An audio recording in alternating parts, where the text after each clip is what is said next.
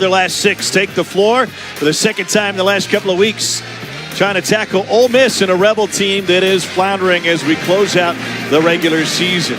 Another good crowd on hand as the Tigers look to solidify their resume. Welcome courtside. Tom Horton alongside Dallin Cuff. This is an Ole Miss team in a bit of a free fall. They've lost 7 in a row. They've replaced their head coach. Andy Kennedy has officially stepped away for the rest of the season. That means it's Tony Matlock's team from here on out. Yeah, it is. He's excited about it. It's an opportunity for Tony Matlock and take over this team. He hasn't really talked about X and O's with the guys today and told us it's all about playing hard, playing fast, and being positive. He said they want to set a record for most high fives today. I appreciate that you're going to be positive with me tonight. Meanwhile, on the other side, it's been a very positive season for Missouri, whether they wear their jerseys the right way or not. Cuonzo Martin has come to Mid-Missouri, and he has turned this program around in a big way. The third most improved team in the country. Here's what their tournament resume looks like. It's not just a good resume, but relative to where this program has been, it is sensational.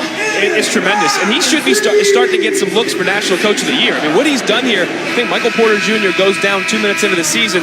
They rework their team. They have some struggles early on, and now they've gotten into a role. They understand their roles. This team has taken off, and he's taken them to the tournament. But they got to win tonight. Tigers coming off of a Saturday loss against LSU on the road. Ole Miss coming off of a loss to Mississippi State on the road. Here's Jordan Barnett. St. Louis product finds Jeremiah Tillman. And Cassius Robertson, who may be an all-conference performer with a nifty time inside. Tremendous look to start things off. Robertson's going to get a ton of attention because he's scoring at a high rate. He's in the conversation for Conference Player of the Year, but he can also drop some dimes. Bringing Tyree is off the mark with his first effort and a reach-in 70 feet from the hoop on Terrence Davis. Davis has got to be smarter than that. He literally just reached out and grabbed it, and he turned to the official and kind of did that move where you pull your hands back. Anytime you do that, you are guilty. Yeah. You know in your head you're guilty. Well, because you usually have the crumbs from the chocolate chip cookie falling out of your mouth, and you just got caught with your hands literally in the jar. One of my favorite places to be, my friend, back in the day. Cookie jar. Mom knows too well. You haven't been in a cookie jar in years. But I used to live in one. Yeah, I was probably why I wasn't such a good player. Would have helped me. Let's wait.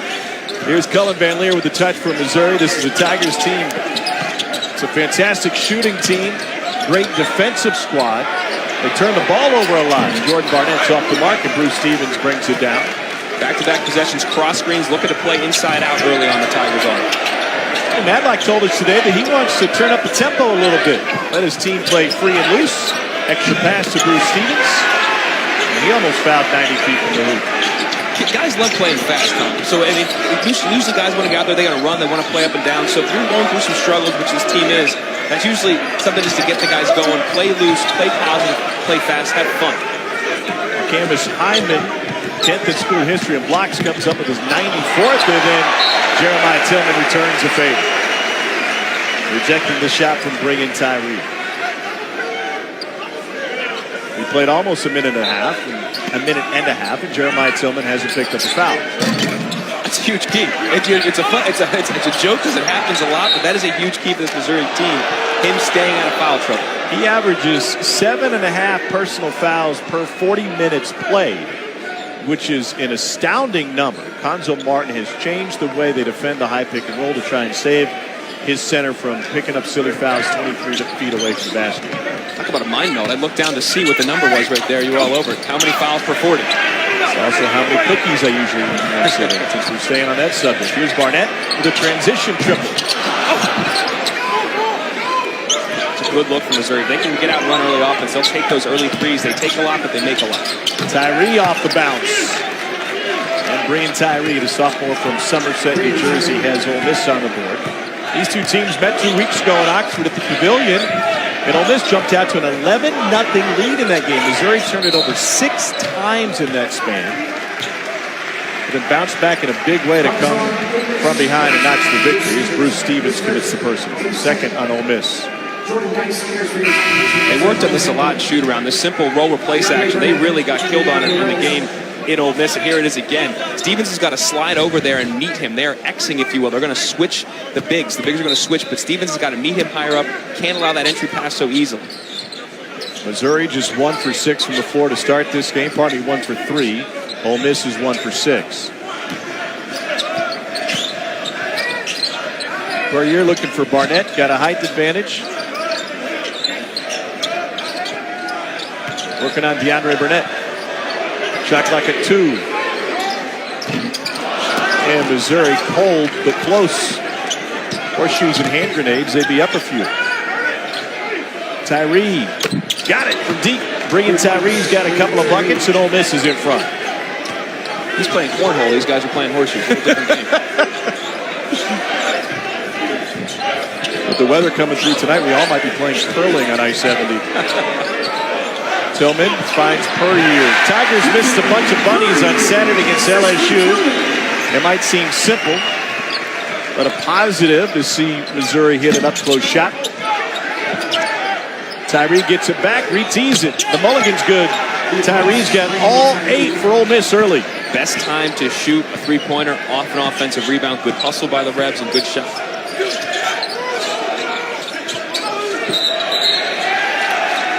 And there's your Jeremiah Tillman whistle. It's his first. Bringing Tyree feeling it, playing free. You see Tyree stepping into it. A little bit of a late contest there by Barnett. But bear in mind, Tyree could put her on the deck so Barnett can't run at him. And there again, that's wide open off the offensive board. Good hustle to create the opportunity. Tyree, who's only shooting 35% over the last 3 games. That coincides with Andy Kennedy deciding to step down, announcing he would step down at the end of the season, and then finally saying, you know what, this might be best for everybody if I just get out of the way now. Tyree with the reach in. Another backcourt foul on Ole Miss, his first.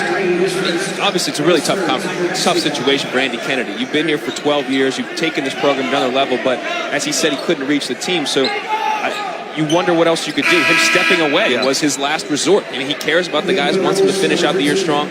Tony Matlock steps in with this opportunity to coach 4 games to finish out this season and hopefully finish these guys on a high swing. They have lost 7 in a row. They have yet to win away from home this season. Or I should say, in true road games, they are 0-9. And of their 6 losses at home, 3 of those came in overtime games. Reed Nico trying to work inside, rejected by Olenichek.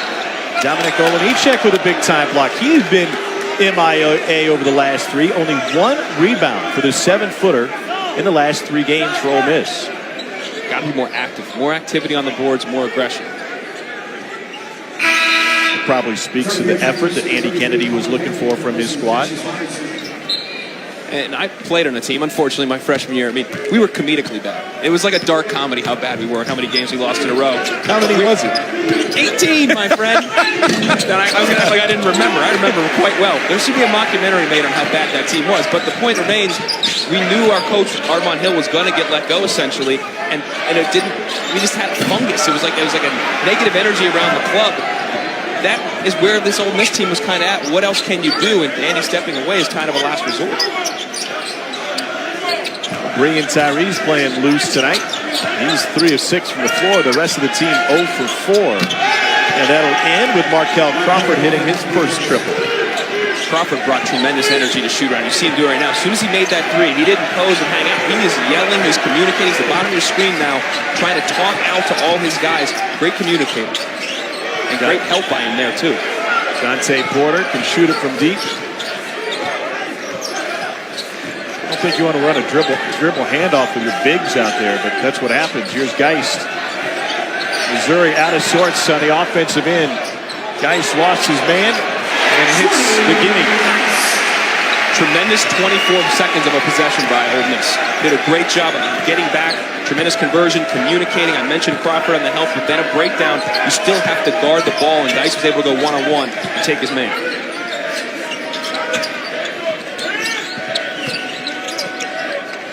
Hesitation and then a jumper. You surprised that Ole Miss jumped out to this lead? No, I think these guys, they said yesterday they had a spirited practice and shoot around. They looked excited, sharp, ready to play. And as every coach will tell you in this league, this team has talent. They just have underperformed as the players on the court. They have players. And they're playing fast now. Tyree with the push. Contested 3. That's fast and loose right there. Yeah. And Madlock said they want to take good shots. You got to take good ones. That wasn't a good one.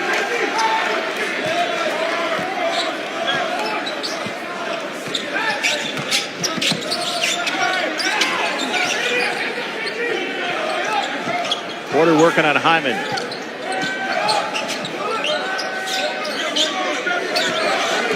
Geis with 5. Here's Jonte Porter.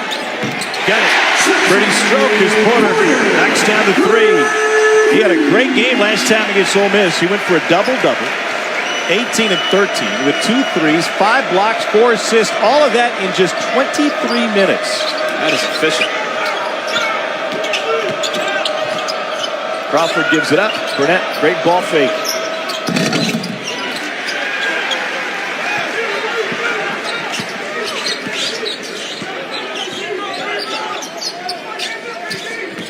Porter. Olenichek gets in his way. And we got a jump ball with a possession arrow belonging to Ole Miss. Close one early. Great start for the Rebels. They're up by a deuce on Mizzou.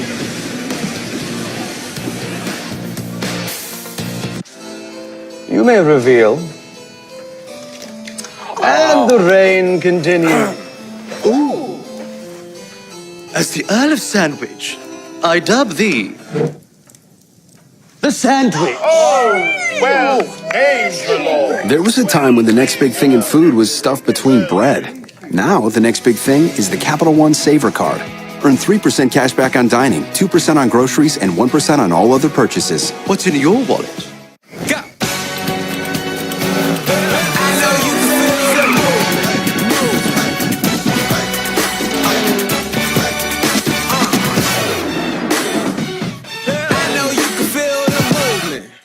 Tuesday presented by Boost Mobile. Ole Miss trying to snap a 7-game losing streak, leads Missouri 11-9. Tom Hart alongside Dallin Cuff. This is an Ole Miss team that is without Andy Kennedy as their head coach for the first time in 4,366 days. It was nearly 12 years that he was the head coach.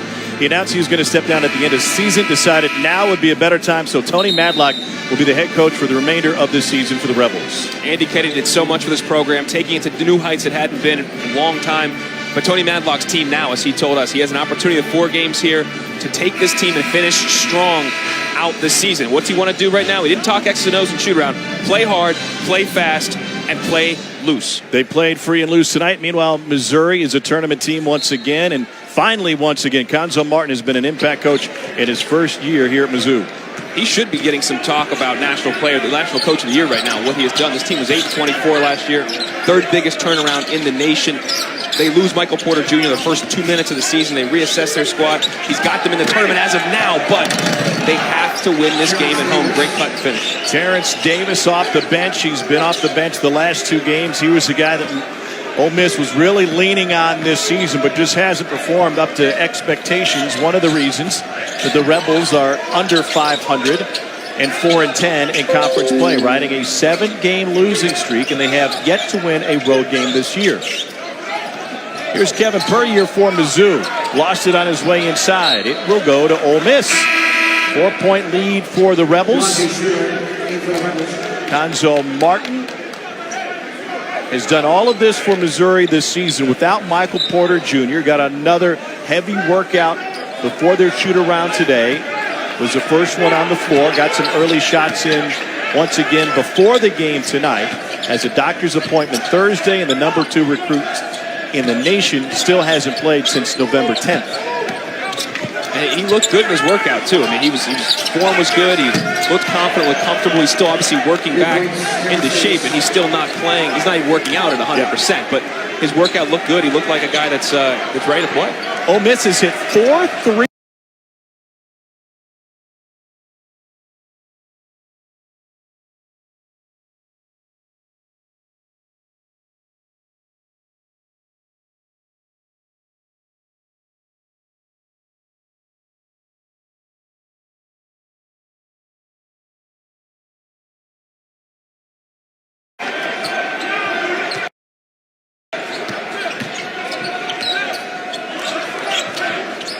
Schuler tried to shake Cassius Robertson, lost the basketball. We've got a timeout on the floor here at Mizzou Arena. The Rebels trying to snap a 7-game losing streak with an interim coach to have an early lead. ESPN's exclusive presentation of college basketball is presented by Boost Mobile and in part by Land Rover, above and beyond.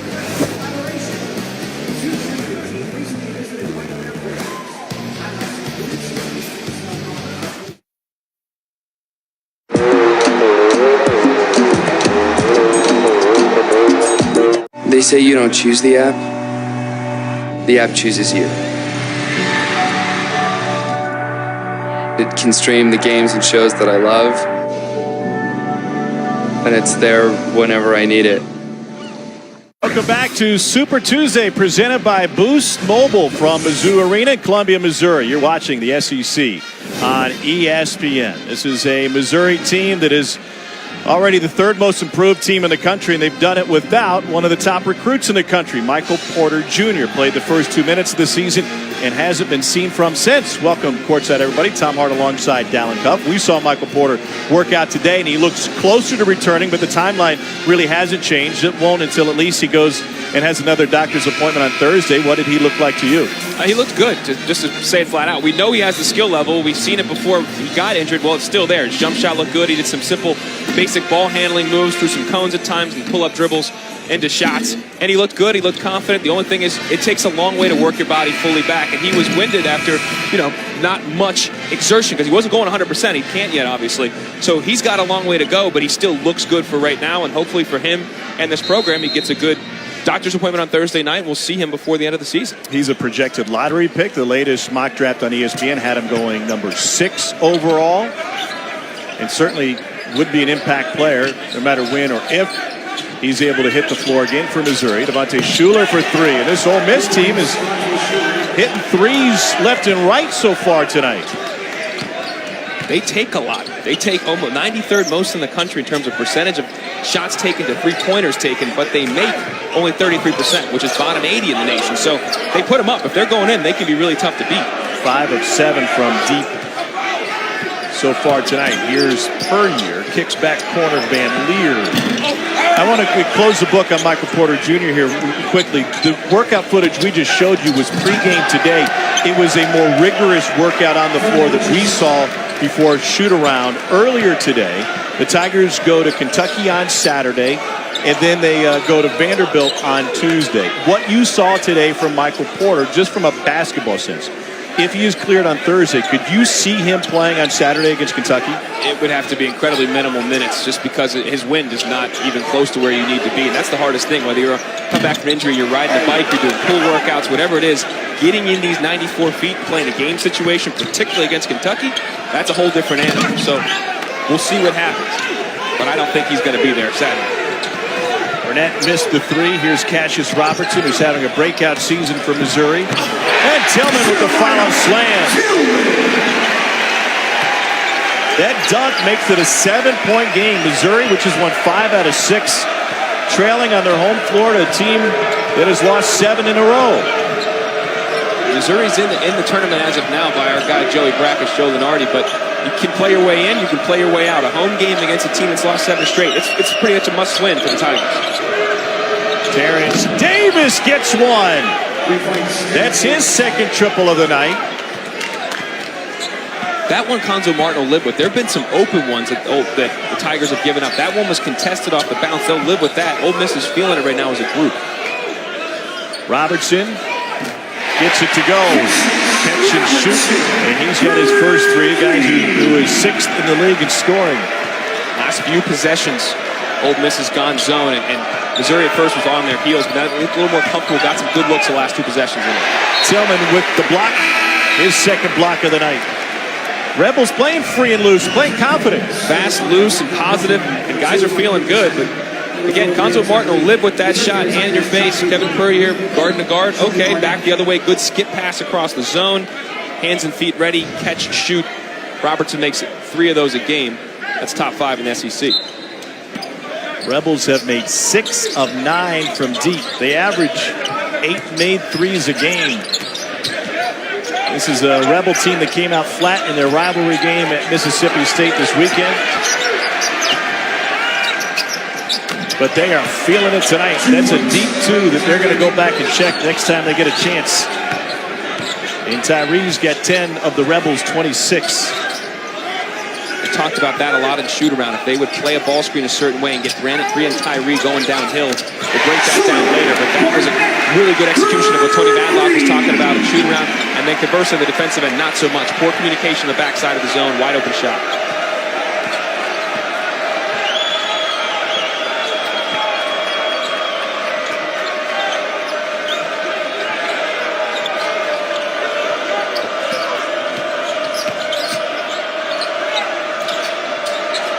Good recovery by Barnett. Shot clock at 5. Devontae Schuler, the freshman, gives it up. Marcamus Hyman can't get it to roll home. Jontay Porter with the board.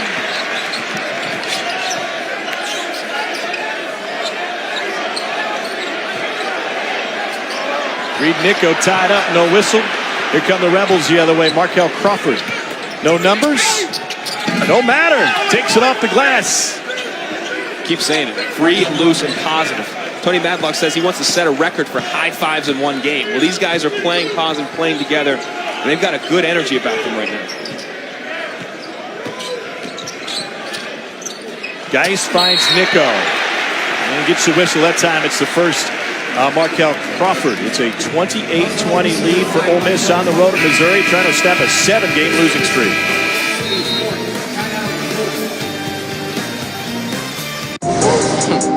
We teed up. I teed up.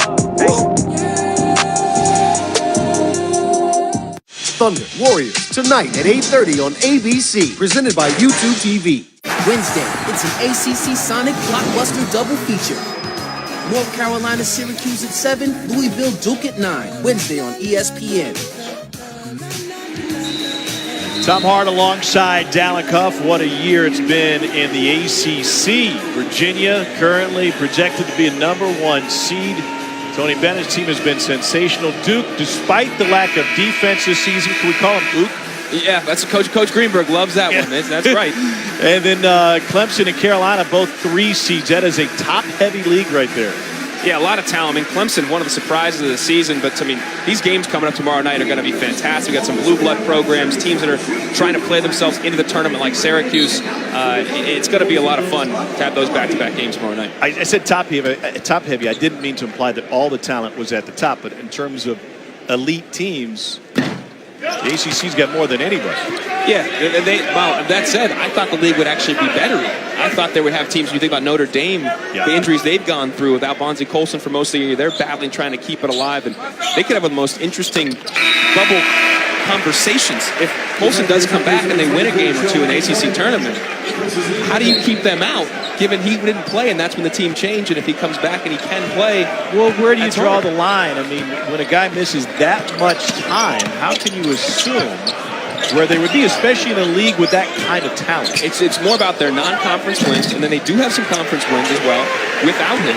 Now, if he can come back and win again, as I said, if he comes back and they win, they can prove that he can play and they can win with him, then I think it would be hard to keep them out. And when you look at the entire body of work, and they do credit you when you lose players' injuries, and the guy's averaging a double-double.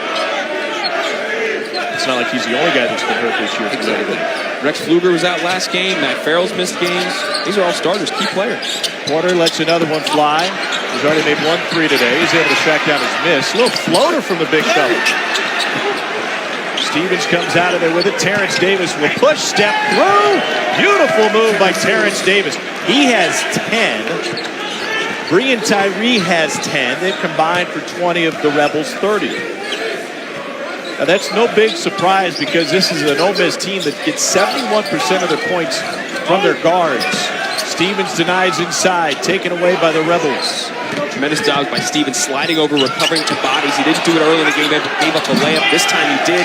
Ignites a break the other way. Right now the Tigers are getting outworked on their home court. 9 points off turnovers for Ole Miss, 5 second chance points. Largest lead of the game for the Rebels. They're up by 11.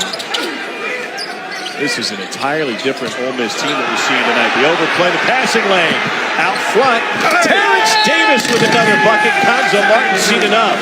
We say it again, we said it earlier. This team has talent. Ole Miss has talent. They've just not delivered on what we all thought they had. They are right now. They're up 13 and impressive.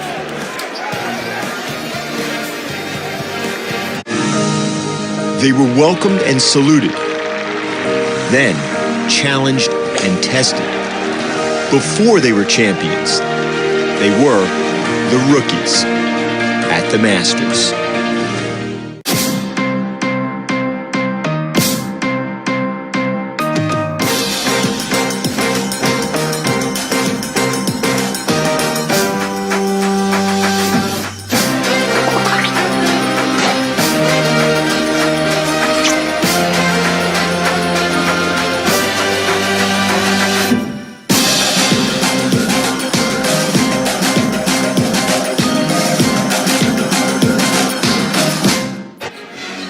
Ole Miss leads 34-21. The Rebels have 11 points off Mizzou turnovers. It's been an Achilles heel all year. Mizzou is in the bottom 50 in the nation in turnover rate. They turn over on 21% of their possessions. That's too many. It leads to an easy layup.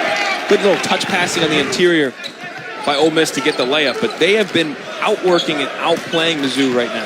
How big of a surprise is this where you go back to the LSU game, which is when Andy Kennedy decided he was going to step down at the end of the season, including LSU, Arkansas, then at Mississippi State. This is a team that was scoring 64 points a game on 36% shooting.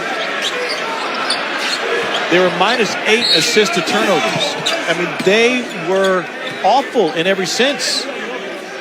They were listless. They didn't have the energy, the desire. This is what Andy Kennedy was hoping for. You step away, it doesn't spark them. Tony Madlock steps in, a different voice. He takes over for these last 4 games. This is exactly the desired effect that I'm sure Coach Kennedy wanted to have happen when he stepped away.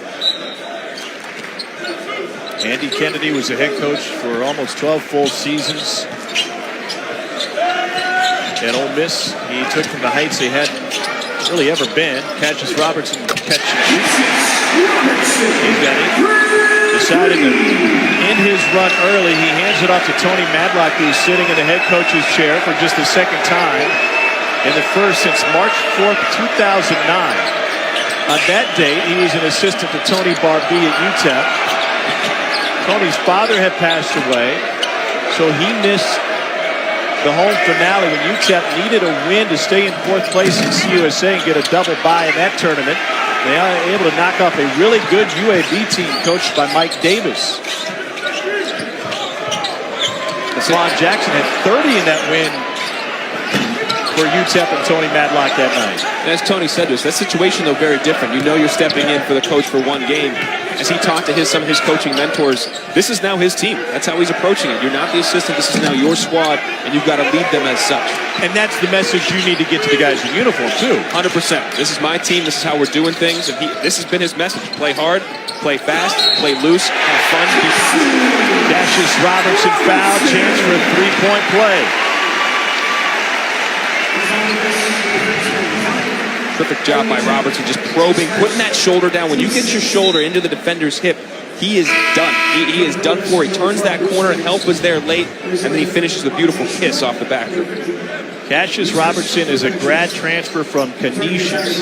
He was a good player at Canisius. He has turned into a great player at Missouri. His development of his game has been tremendous. And the work ethic he's put in, his ability to put the ball on the deck, created his own shot, great for his teammates off the bounce, has really taken his game to a whole other level while he's playing at another level. He's made it a 7-point game.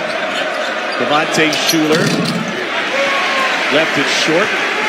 Understand time and score, young fella. He's a freshman. They're up 7. Just gave a couple points away. You do not need a lightning quick shot there. You need a good look. Ooh, that was a good look for Cassius Robertson. Furrier tracked down the miss. Tony Madlock said we're going to play free and loose, but we will hold players accountable. And one of they know what bad shots are. Is bad shots, and that's where Shuler's got to be aware. He might be coming out because they dodged the bullet there. That 3 by Robertson was down and came out. Good help by Reed Nico with the block. We've got a 7-point game. 3:25 left in the first half, and Como, Ole Miss up by 7. ESPN's exclusive presentation of college basketball is brought to you by Carl's Jr. and Hardee's. We packed our signature Big Burger flavor you love into our new charbroiled sliders. Every day you wake up, the goal is to get home safely. I think everybody thinks that. Buckle up, phone down. To me, it means simply when you get in the car, buckle up before you do anything. Then the next part, put your cell phone down, because I think it's very important that we value lives and the importance of getting home safely. If you value lives, then you understand the importance of taking the pledge. 1, to put my seatbelt on. Then the other part, to put my cell phone down. Go to modot.org/buckle up, phone down, and take the pledge now. I've taken the pledge to save lives. Now it's your turn. There's nothing quite as magical as staying at a Disney Resort hotel.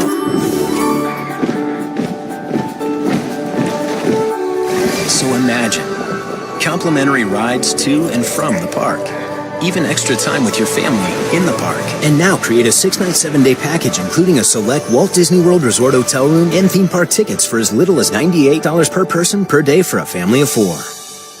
Wednesday at 7 Eastern, we'll have an ACC Sonic blockbuster doubleheader. First, number 10 North Carolina faces Syracuse from the Carrier Dome.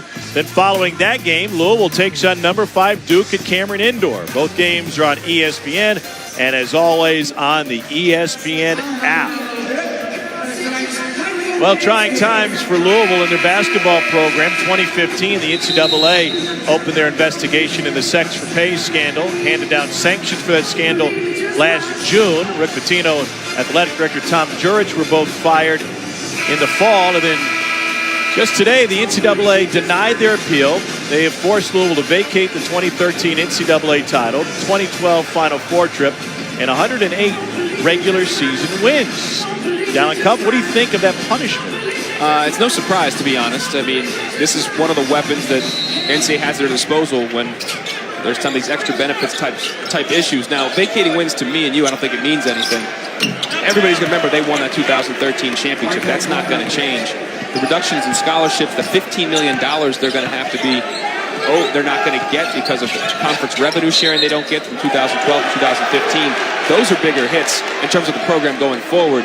Granted, your history books will be a little different, but those of us that saw that team know that team is always the champion. Well, they've taken financial hit after financial hit with contract buyouts for both Pitino and Tom Jurich. But I remember where I was when I was watching the championship game. Did you watch that game? Of course I watched that game. That was the Trey Burke game. Yeah, Louisville won the game. Yeah, they won the game. Okay, so does that mean we're going to hand the trophy to Michigan? No. It doesn't. It's not how they do it, right? Reggie Bush had to give his Heisman back. It's not like they gave it to somebody else. I've never understood vacating titles or trophies. Now, if you're going to say, listen, you were ineligible, this other guy wasn't, therefore we're going to hand them the trophy. You do it in the Tour de France, maybe. But the thing about it is they're not deterrents. It's not going to stop anybody from doing anything to have vacated wins. If people are actually punished and cannot coach or cannot play, or there's an effect going forward, that actually stops people from being like, oh, maybe I shouldn't have done that. If it's actually going to affect me as an individual, vacating wins doesn't do that. Except for the coach, essentially. That doesn't really affect anyone. Outside of a show cause penalty, I can't think of any possible deterrent that the NCAA currently uses. That's about it. Yeah. And if you've done something so serious or significant, then to be handed a show cause, you probably don't care to begin with. Jordan Geis solves the turnover issue for at least a moment. He banks one in. Ole Miss has a 9-point lead. Critical last 2 minutes here for Ole Miss. They've got to find a way to keep this thing at 7, 8, 9, 10 points. You don't want to allow Missouri to get on a little spurt here and close this gap going into break, because this crowd is waiting to come alive right now. Exactly how Tony Madlock wanted this thing to play out in the first half. His team playing free and loose. He was a point guard back in the day for Memphis, played alongside guys like Elliot Perry and then Penny Hardaway. He said, I knew my role as a point guard, especially my senior year. When they went to the Elite Eight, he said it was simple. Get the ball to Penny. It's the easiest thing in the world to do, I think, because that dude could flat out play. Now, that team was really talented, playing into the Elite Eight, but man, was he good. Lost to Cincinnati 5 times that year, including an opportunity to go to the Final Four. Here's Jonte Porter. How good were those little Penny commercials, too? Oh, they're the best. Porter banks it in. He's got 5. Hasn't been able to replicate the success he had in the first meeting with Ole Miss. He's getting closer. Good patience by him. Takes his time, getting to his strong hand, his left hand, up fake. Really skilled young man. Jonte Porter uses a great touch off the window. Am I the only one that's hearing Lil Penny's voice in my head right now? Hey, Chris Rock's voice. Chris Rock's clearly the highlight of his career. Well, I was going to say Donkey from Shrek, but yeah, it's up there. Wait, that's Eddie Murphy. Oh, same. Yeah, Jonte, no, you're right. Jonte Porter's got 7.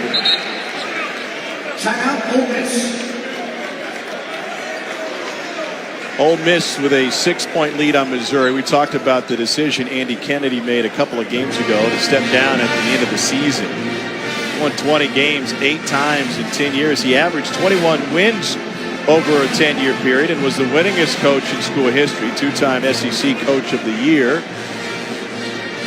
On the SEC tournament, he had a great run with Marshall Henderson, and then 2 NCAA tournament berths. The writing was on the wall in many ways when the chancellor, Jeffrey Bitter, opted not to roll over his contract last spring.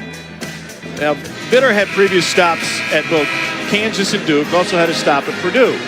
If you want to judge Ole Miss basketball against Ole Miss basketball, I understand. But if you want to judge Ole Miss against Kansas or Duke, you're going to have a hard time meeting those expectations. Yeah, outside of what, North Carolina and maybe a handful of other programs, can you even put those in the same breath? And Purdue, mind you, has a fantastic history as well. So there's that's a heck of a bar if you're measuring that against them.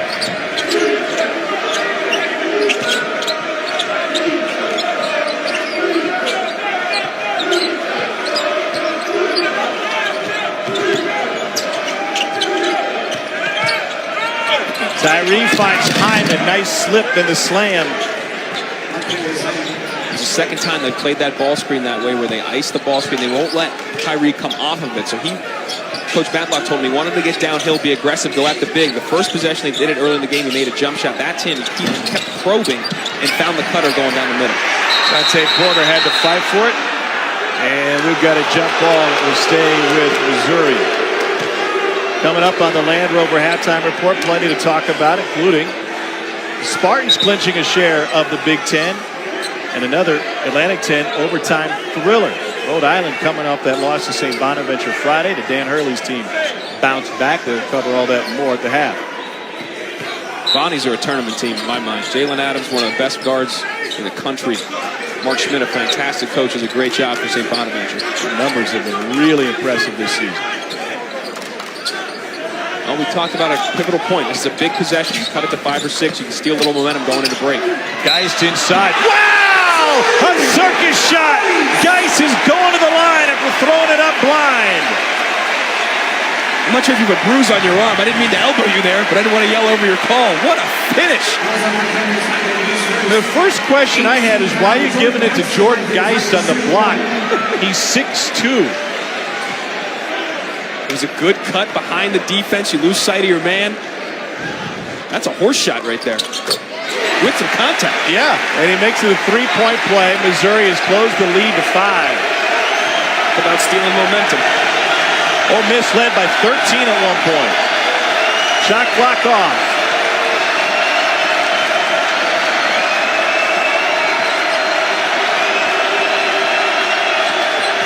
Tyree. And it's thrown in by Olenichek. Missouri won't get a last shot off. Rebels with points in the paint. That's been big for them. They've got 18. They've also knocked down 6 threes. It's a 7-point lead for the Rebels at the half. We'll get you to the studio after these messages from the Land Rover halftime report. Adnan, Seth, and Jay right after this.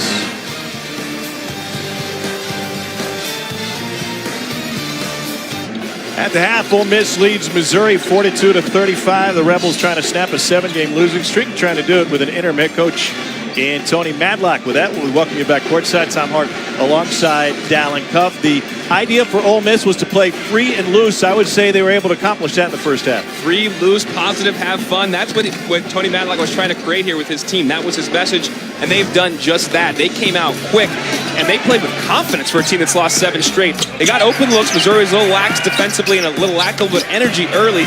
Ole Miss took advantage of that, and then the Achilles heel for these Tigers all year have been turning the ball over. They have 9 turnovers on the game, led to 13 points for Ole Miss. And when you have a team that's struggling offensively, only shooting 33% from the field, the 3-point line, and really struggling to manufacture points and feel good about themselves, you can get them dunks and layups in transition.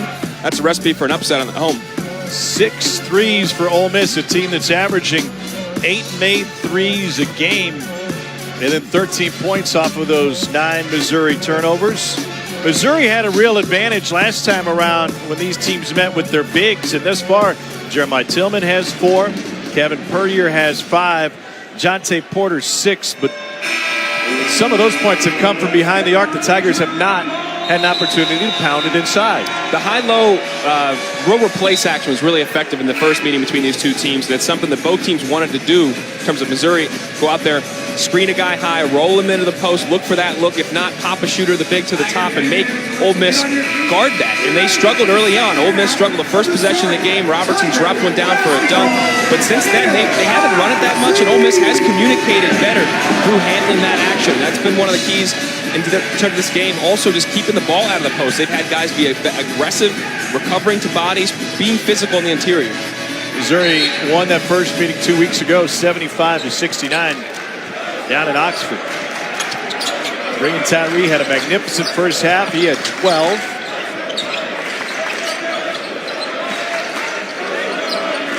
Bruce Stevens trying to work it inside. Little jump hook for the JUCO transfer. That's his first point.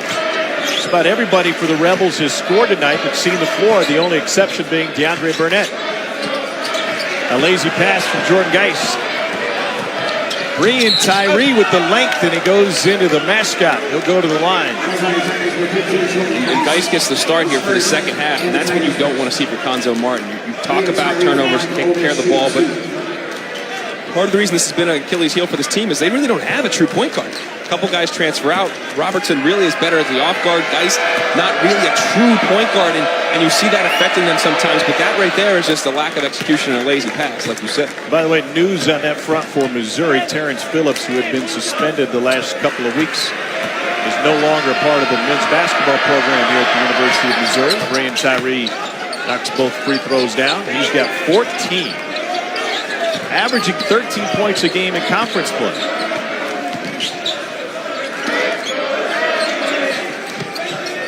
Trying to get it inside to Tillman. I like this early on. Try to play a little inside out.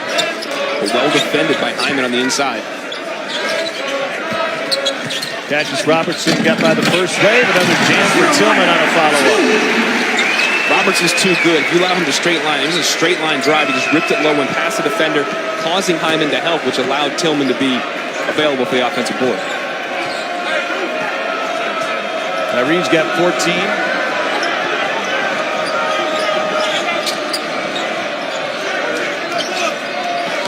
Stevens, point-blank range, got behind the defense. Simple high-low passing. There wasn't enough ball pressure. Nice job by Stevens to work his man up the lane and seal it. Missouri's top 40 in the nation in adjusted defensive efficiency. They're second in the SEC. It doesn't look like it today, especially early in both halves. They've not played well defensively. Another turnover. That was Ivy League language to say simply Missouri is a great defensive basketball team. I have to lead on something. You know, I got to do something well. Now take a look. High-low pass Tillman. Look at the defenders actually ran into each other. Tillman's got to pressure the ball, and Stevens, good job sealing. It is no surprise that a Conzo Martin coach team would be solid defensively and a good rebounding team. That's where he has made his mark in his previous stops. Big get for this recruiting class was Jeremiah Tillman. They took Marcavis Hyman off the floor for a moment. It looks like he had some blood on his forehead. And so they have an opportunity to try and get him patched up and back into the game if they can.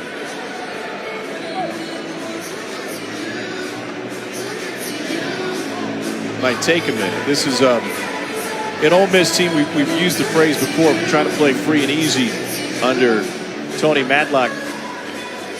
And they're going to take Hyman all the way back to the locker room.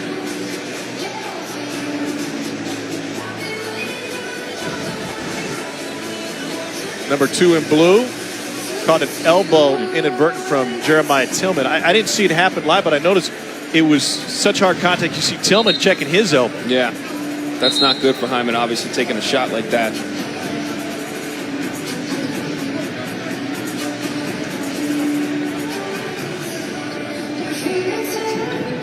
Tony Matlock, 21 years of coaching experience at the Division I level. 4th season at Ole Miss. He was with Tony Barbee at Auburn and UTEP prior. A few years at Arkansas State. He wasn't shy about this. It's a 4-game audition for himself, too, as a head coach. First time he's sliding over to that chair where he didn't know him. Last time we talked about this when he did it before, but Tony Barbee, he was away for 1 game. This is his chair now, the head coaching spot. How does he react for these 4 games? It happened with Ole Miss football. Now, granted, that's a different sample size, but Matt Luke was handed the interim reins when Hugh Freeze was let go. And I got to be honest, when Matt Luke first took over, I don't know, a lot of people said he's going to end up as a head coach of the Rebels at the end of this thing, but he did. And so for Tony Madlock, whether it's this job or another, it's an opportunity for him to show what he can do. He hasn't had that opportunity except for one other time in his career. Ole Miss answered with a Terrence Davis triple. Terrific job by Stevens to step away from the double, assess where it is, skip it across, extra pass, free ball. That is the definition of how you create a double team. Jeremiah Tillman size advantage on Stevens. He's got 8. Got to make Tillman feel a little bit of pressure there. It's not just Stevens, the defenders need to help and sink off non-shooters a little bit to make him feel a little uncomfortable. He was in a complete rhythm.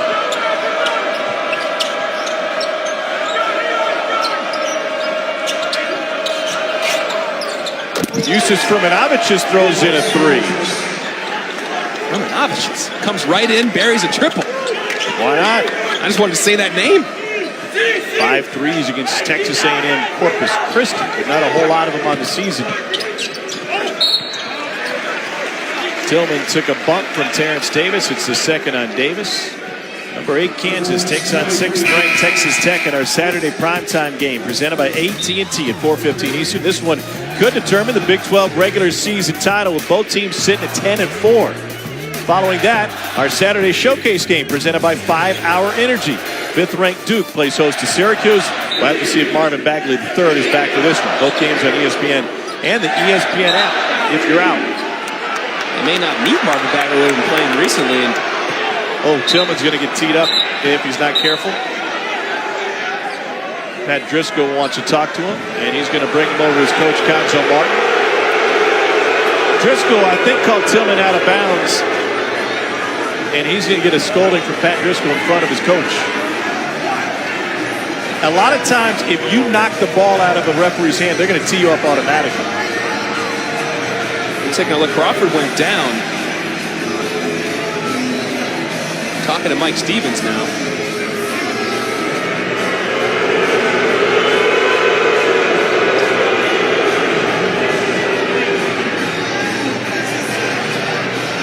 We got a bit of a Grayson Allen situation almost. They say Tillman stepped on the line. What Pat Driscoll was most upset about, though, was the way Tillman reacted after he called him out of bounds. Exactly, and he was trying to talk to him, too, and Tillman kept walking away. Then he turned around and acted like he didn't hear him. And if he didn't hear him, that's fine. But it was pretty close, and he was yelling quite a bit to get his attention. I mean, we've seen officials become part of games over the course of this college basketball season, but I've got no problem with what Pat Driscoll was trying to do, which is he was trying to get Jeremiah Tillman trying to have a conversation with him quickly without having to tee him up. Yeah, without having to do anything more exasperated, if you will. But now they're going to take a look at that instance, and you could argue that Tillman was on balance and lifted up his leg. Now, that said, he's on 1 foot trying to stay in bounds. It's a tough judgment call to make there. That's why it's slightly different than some of the Grayson things that happened last year, where it seemed more evident and intentional.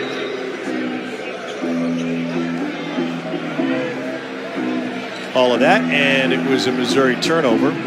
You mentioned it. Turnovers have been a real issue for this Missouri team this season, whether it's because of the point guard position or not.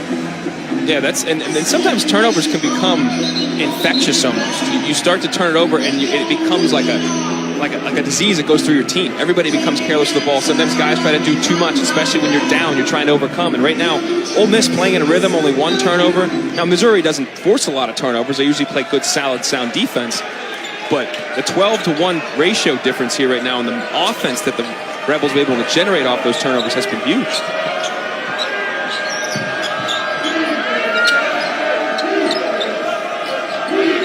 Stevens on Tillman, and he walked with it.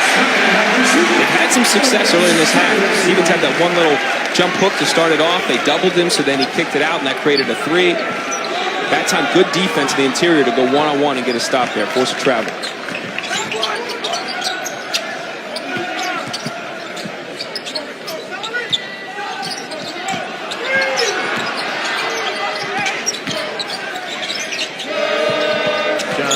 Cassius Robinson now after the feed from Jonte Porter. And Firminovic brings it down. That's got to be a shot off the glass. Guys don't do that anymore. You're 15 foot at that perfect angle, 12 foot. It's just it's more forgiving to use the window there. Tyree, nice crossover. And got the foul on his way back down to the floor. It's his second on Missouri's leading scorer, Cassius Robinson.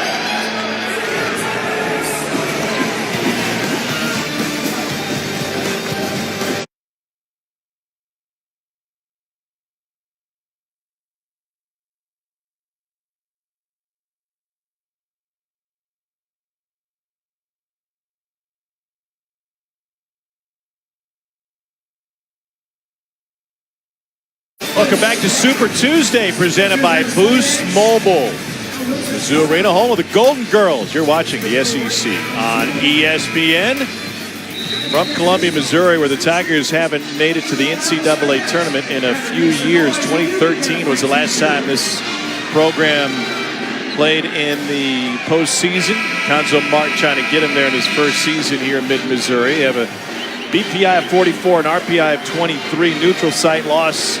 And the annual rivalry game with Illinois is the worst loss on the schedule for Mizzou. But you can play your way in and out. They've won 5 of 6. It's what's gotten them solidly into the tournament. But you got to win your home games. And this is a critical point here. Down 12 at home with games coming up at Kentucky, at Vanderbilt, and then at home against Arkansas. Nothing's a gimme in this league. They've got to defend better, keep guys out of the paint, clean up those turnovers here the last 15 minutes, and find a way to come back in this game. In multiple ways, one of their biggest wins of the season came on the road against UCF. That is a quadrant 1 victory right now, which is, in that respect, a road win against a top 75 team. So that's what it looks like on paper. In real life, Conzo Martin said, and Cassius Robertson told me the same thing, that was the one game where we really learned to fight that we could win. Robertson gets fouled. What is the difference? The difference between two programs that are totally different stratospheres right now when it comes to confidence, when it comes to winning games. Just this week, Ole Miss players talked about it, what they've been through. Bree and Tyree said, the more you lose, it becomes a losing environment. We got used to it. Hard getting out of a slump, especially in a league as talented as the SEC this year. Cassius Robertson has another coming his way. Meanwhile, on the other side from Missouri, a team that had won 2, 3, and 3 conference games over the last 3 seasons. And Jordan Geis said, we got used to losing, that feeling, being all right with it. You have to get uncomfortable and get back to winning. It really is a true statement by both those guys. It could become infectious in a negative way. And unfortunately, I know that firsthand. Yeah. We were historically bad my freshman year. Historically bad. My research tells me you guys lost 18 in a row at one point at Columbia. I've no better year socially, no more painful year athletically. It was brutal. But the things you take away from that is learning how much culture matters, how much trust and belief in one another matters, and how fragile that can really be. We had a new coach come in. Joe Jones came from Villanova sophomore year, and he had instilled that winning mentality and the fact that you can come back when you're down. And Conzo mentioned this. The guys didn't have that look in their eye that they could come back when they were down. You have to believe it. You have to know it. But you have to do it to create that belief. Jonte Porter wheels one home over the top of Firminovic. No, I used to say that name properly. He specifically referenced that November 16th road game at Utah. He said, listen, Utah is a good team. I don't know if we beat them today, but on that night we had no chance. We fell behind. I looked at my guys, looked in the huddle, looked in their eyes and thought, this team's done. And they didn't find anybody right there. And this is to the same point. Get your head up. You see Porter patting him on the back. You got to get to next play right now. You got to keep playing with your head up. You can't allow the building when you're playing at home. Sometimes you're struggling, can get almost tense. You can't let that seep into your squad. You got to continue to make plays and get these people back into the game. It's funny you would say that. So home games cause you to press a little bit more. Sometimes when you've got everybody, they know it's a game. You should win. You need to win. And when you're not playing well, you can start to feel it. That one's going to go against Dominic Olenice.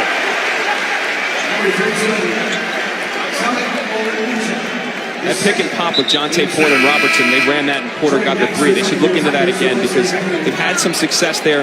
Just a simple pick and pop, dragging those 2, play 1, and throw it back. And you have a shooter like Porter and a playmaker and shooter like Robertson on the ball. Cassius Robertson, third in the SEC, 43% from behind the arc.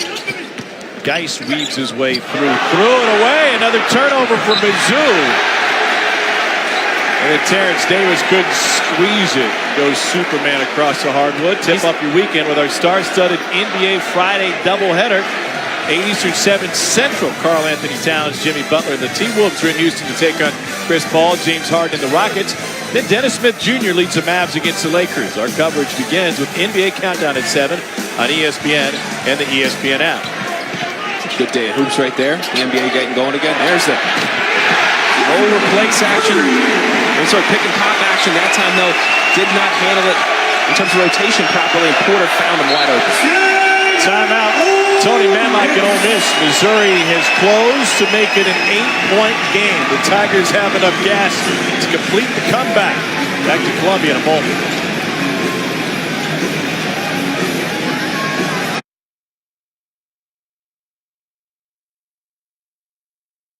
Wednesday, it's an ACC Sonic blockbuster double feature.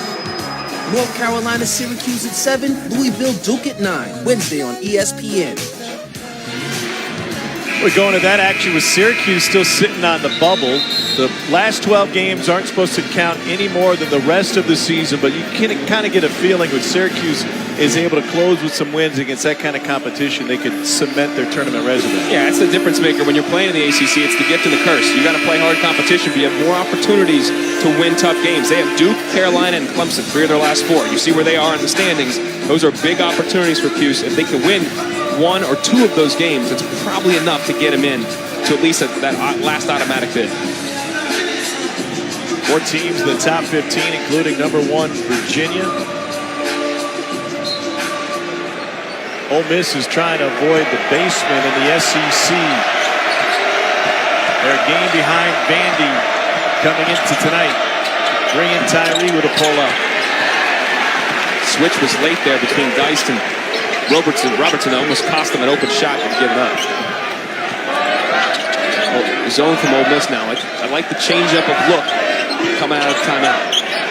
George Barnett for 3.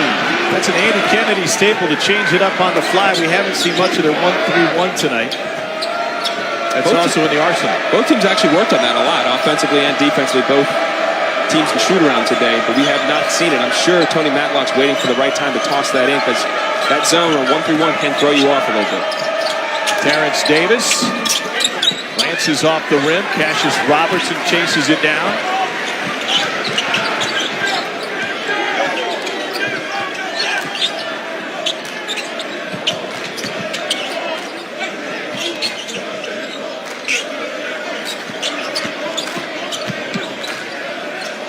Robertson into Porter, back out to Puryear.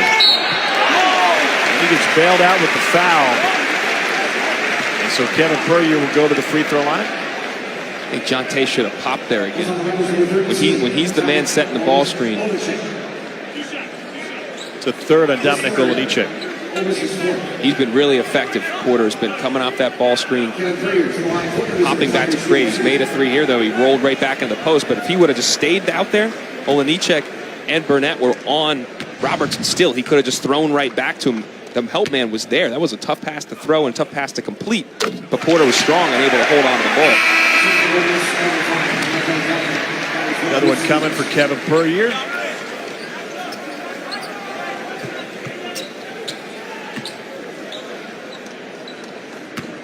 Puryear hit a big 3 at the tail end of Missouri's win against Mississippi State. He had missed his previous 11 threes, but was able to drain one from the corner.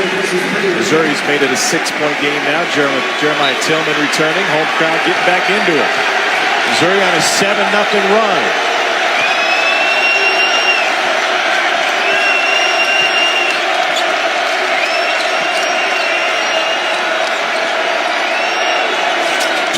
Whoa. Bruce Stevens with a cold jumper. He's got 6 all in the second half. Dude is balling. And Tony Madlock is showing tons of confidence in him. You just saw the 1-3-1 for the first time right there. Let's fall back into a 2-3 up. Tigers trying to go high-low, and they almost turn it over. Barnett keeping his balance. Shot clock at 8. Here's Cassius Robertson open from the wing.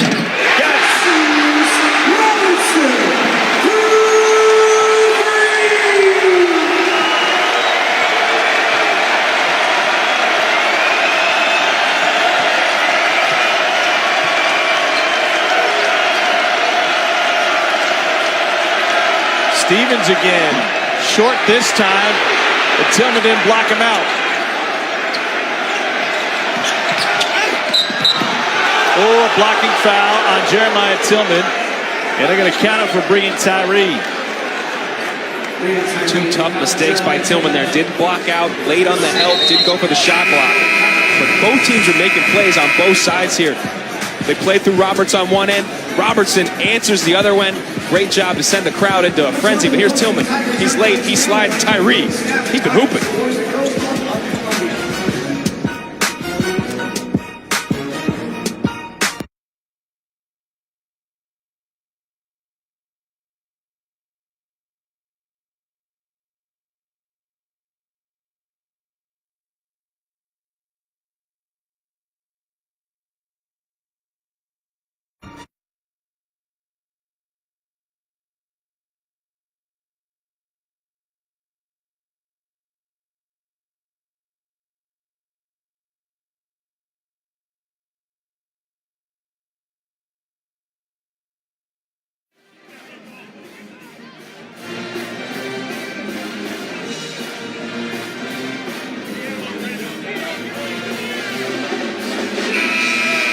And thanks here at Missouri. Tigers have made it a 7-point game on Ole Miss. Steven Jackson has taken his crisscross jersey off. I didn't know they were going to come back so soon. That guy looks great. Trendy. Looks tremendous. Here's a look at the top 8. Jump, baby, jump. You know, we could go a lot deeper than this. There are 11 teams separated by just 3 games from 3rd all the way to 13th in this league. And that's important because the top 4 receive a double bye in the conference tournament in St. Louis, and the bottom 4 all have to play on the first night. If you don't get that double bye, that is critical. You could easily be out in the first round. To your point, there's so much depth in this league.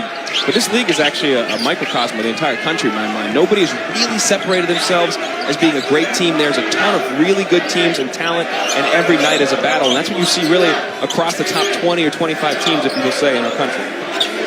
Would you say that also extends to Player of the Year candidates within the SEC? Absolutely, 100%. We could literally name 9 or 10 people that could still win this award. I think it's a matter of who plays the best down the stretch. Winning is absolutely going to matter. It may not be a guy from the team that wins the conference, but you've got to find a way to play well throughout the rest of the season because it's such a tight race. Jeremiah Tillman with a bucket last time down. He's a perfect 5 for 5. Still in that zone. Ole Miss has shown 2-3. They threw in the 1-3-1 half-court pressure on one of the possessions. Got to get somebody in that SEC or get a touch inside of Tillman here. Porter out to Geis. Barnett was all alone. Stevens got his hands on it. It was a good look. He was playing behind the zone. Stevens actually didn't see him at first, but Geist waited about a half second. That gave Stevens time to get his hand up and get in the passing lane. Missouri has turned it over 15 times tonight. DeAndre Burnett is still without a bucket. It's a big-time surprise. He's their leading scorer at 15 a game. Cassius Robertson. Got it! 16 for Robertson. It's a one-possession game. This is where it gets tough. The crowd is in it right now. Brennan Tyrese, shoulders kind of slumped after that 3-win game. We've got to find a way to answer, play with energy, play with positivity.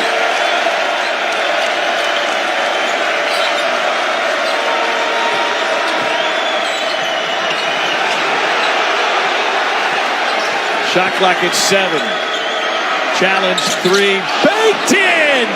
DeAndre Burnett gets his first bucket, and the bank's open late in Boone County. You're losing 7 straight. You'll take it any way you can get it. That was a huge prayer that was answered. It's the same Ole Miss team that had one rim out at the buzzer against Texas A&M. That one goes down. Might be looking at a different season. Stevens with the foul. Trading triples now. See, good look by Geist, but Tyree, he went a little too far. The big was there to help. He could have started to leak out to Robertson. You've got to know that that's an all-league level player out there. You got to get closer to him. And Burnett, this is a contested shot. Geist is right there, but what a big answer that was off the glass.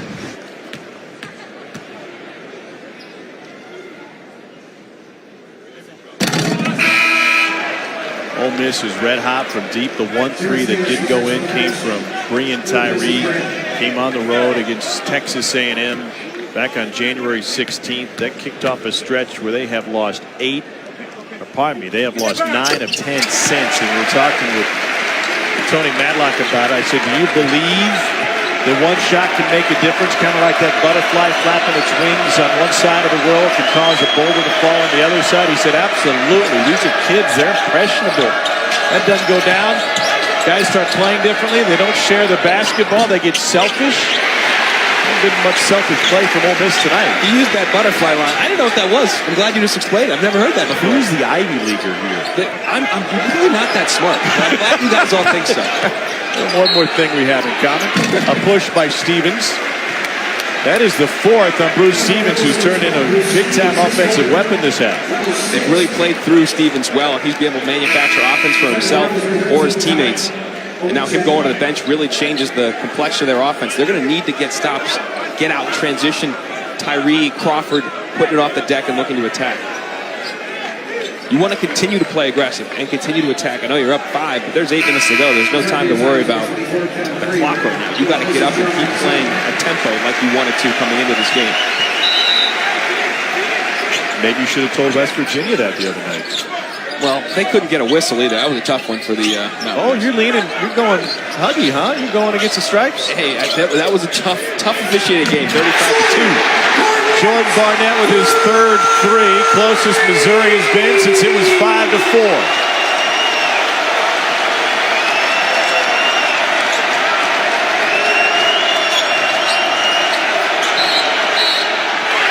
Step on the sideline. Back to Mizzou. Mizzou Arena starting to heat up. It's a 2-point game. It'll be Tiger basketball after this. ESPN's exclusive presentation of college basketball is presented by Boost Mobile and in part by Mountain Dew Ice.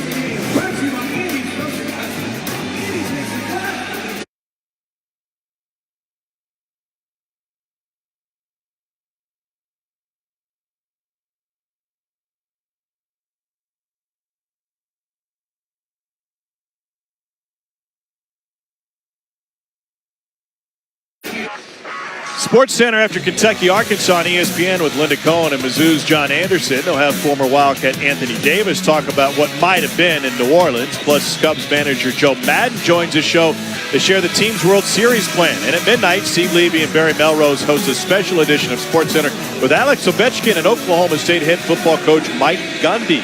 Sports Center night beginning at 11 Eastern on ESPN and the ESPN app. Probably make John Anderson's night if his alma mater could come back and get a win here.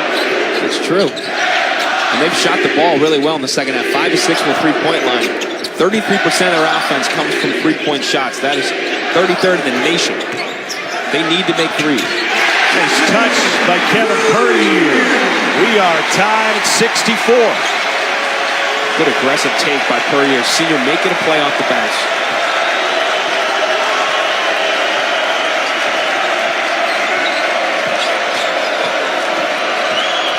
Green Tyree's been a scoring machine tonight. Denied there. Geis pushing. Cassius Robertson for the lead. And Ole Miss rips it out of there. Here's Tyree the other way. Firminovic underneath. And Tyree takes it himself. He's got 19. Huge 5-point swing. Now, this place was about to explode if Robertson's 3 went down. Big transition back to get the other direction. Firminovic is with the block inside. And Puryear with the foul on Olenicek. 2 free throws coming.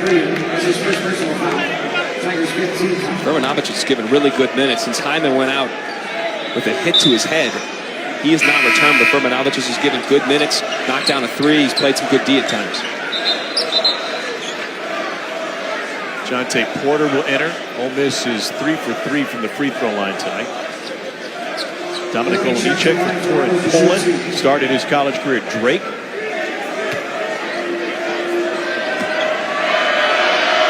He didn't know the butterfly effect. How are you with 8th century Polish literature? 18th century, I'm solid. I went back a little too far, huh? Yeah. Birthplace of Copernicus, you got nothing there? That's good. But wasn't he like 15th century? Yeah, he was a little bit later. Off-season road trip, I'll take you to the Museum of Gingerbread.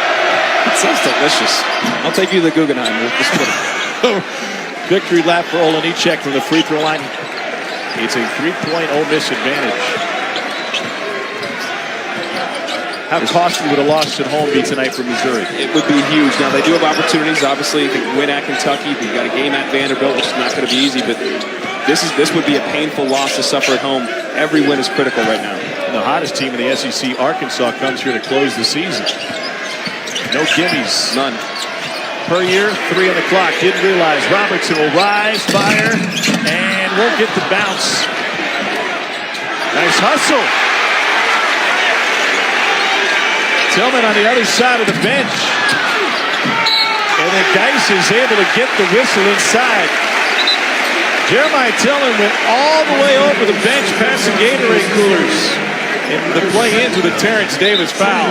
These are the type of shots when you've lost 7 straight, they always seem to go in. It doesn't go down. But how about Tillman with the hustle? Goes headlong into the bench. And guys, this is Robertson. When in doubt, just shoot it. It's wide open. He could have actually taken a dribble and stepped into that. But that's a huge play right there to keep the possession for the Tigers. So here's Jordan Geis, played for Billy Gillespie at Ranger Junior College out of West Texas. He knocks down the first. He's a second-team All-American at junior college. He's been around a little bit. 2 different high schools in Indiana. First at Penn in the South Bend area, then Homestead up in Fort Wayne. And he played with Caleb Swanigan, now in the NBA. After a fantastic career at Purdue.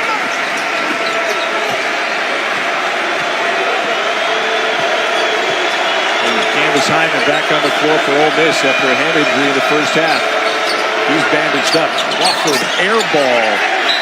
That was really pretty early in the shot clock. Absolutely right, Tom. That was just too quick. You can't allow the emotions and the energy in this building to speed you up. You want to be quick, but don't hurry. That was an unnecessarily quick and bad shot. Crawford, a transfer from Memphis. Here's Geis. That's a foul. Yeah, clearly Hyman had two hands on Tillman's back, just pushing him out. That'll be a 1-and-1. That's a big opportunity. Hyman's got to trust in his defensive ability there. You want to work the offensive player out. He got too deep a position. You kind of got to seat it there and try to stop him. You can't bail him out with a foul.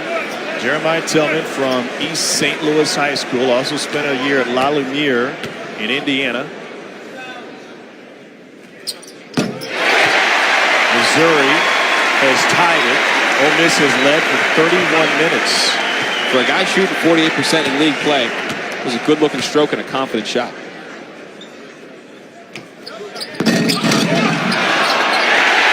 Per year. The lefty got tied up. Tillman misses. And Ole Miss comes out of there with it. Davis pushes ahead. Crawford lays it in. Rebels back in front by 2.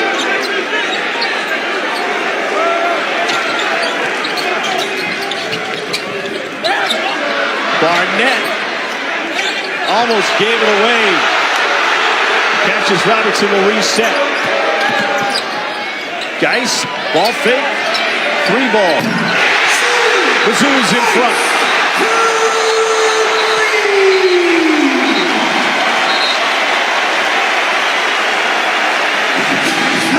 Tigers with their first lead since it was 2-0, and it comes from Jordan Geis. Smart, patient. On one end, we've seen Ole Miss take some questionable shots. Here, Geis could have taken the first one. It would have been contested, but he throws that head fake, composed, gets on 2, straight up, straight down, buries, and this place goes nuts. And then within the timeout, Konzo Martin right away. Tappy made this shot, but he was frustrated about that conversion the other way. They gave up a transition layup the last possession. They're going to have to guard the whole 94 feet. As soon as they miss an opportunity offensive rebound, you've got to convert back, you've got to communicate, you've got to stop the ball, make Ole Miss beat you in a half-court offensive set. Tony Madlock wanted him to play fast and loose. Ole Miss has 12 fast break points to 0 for Missouri. Three balls got the Tigers back into this one. They've hit 6 of 10 in the second half. Ole Miss has cooled.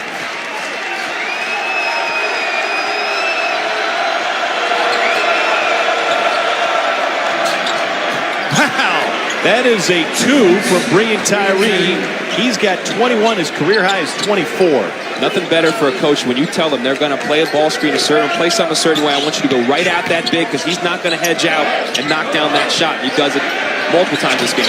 Shootout is on as Jordan Barnett throws one in. Tony Madlock has been as positive as he promised. That last time out, he was applauding his team even though they had given up the lead. Foul on the rebound will go against Ole Miss and Markel Crawford. 1-1 the other way. So this is where Tyree, he's feeling it. You want him to be confident. But you see Robertson's coming over. He's abandoned his man. That was a double team. He's shooting a fadeaway contested shot early in the shot clock. Maybe pull that thing back out, come off a ball screen again, get isolated with the big. Because as we said, they're not going to jump out there and hedge him. You're going to have an opportunity to attack the big and maybe make a pull-up. Jonte Porter has earned another free throw. Tigers will be in the double bonus in the next foul. Porter from Columbia. Played his high school ball at Tolton and then a year for Brandon Roy and Nathan Hale in Seattle. Reclassified from 2018 class to play with his brother. That lasted for 2 minutes. Michael Porter not expected back against Kentucky. We'll see if he returns on Tuesday against Vandy. Three-point advantage is the largest lead of the night for Mizzou. Burnett. Candace Hyman grabbed the rim. Basket interference will give it back to Missouri. It's a 3-point lead for the Tigers, trying to hand Ole Miss their 8th consecutive loss. All right, Tiger fans, time for tonight's IB.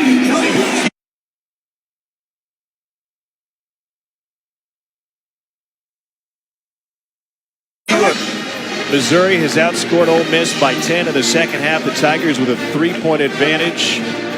Mizzou has put up some convenience store numbers in the second half from behind the arc, 7 and 11. There you go, big guy. Big gulps from 3 right now.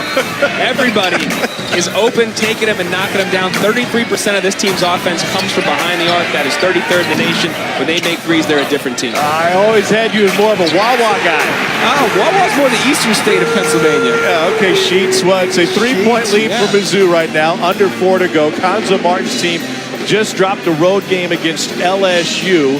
They have an RPI still in the top 25. They have some great wins already this season, including a home win against Tennessee, which is their best win of the year, and a home win against Kentucky. They get another chance against Kentucky Saturday night, 8:15 at Rupp Arena on ESPN. Missouri has never won at Rupp.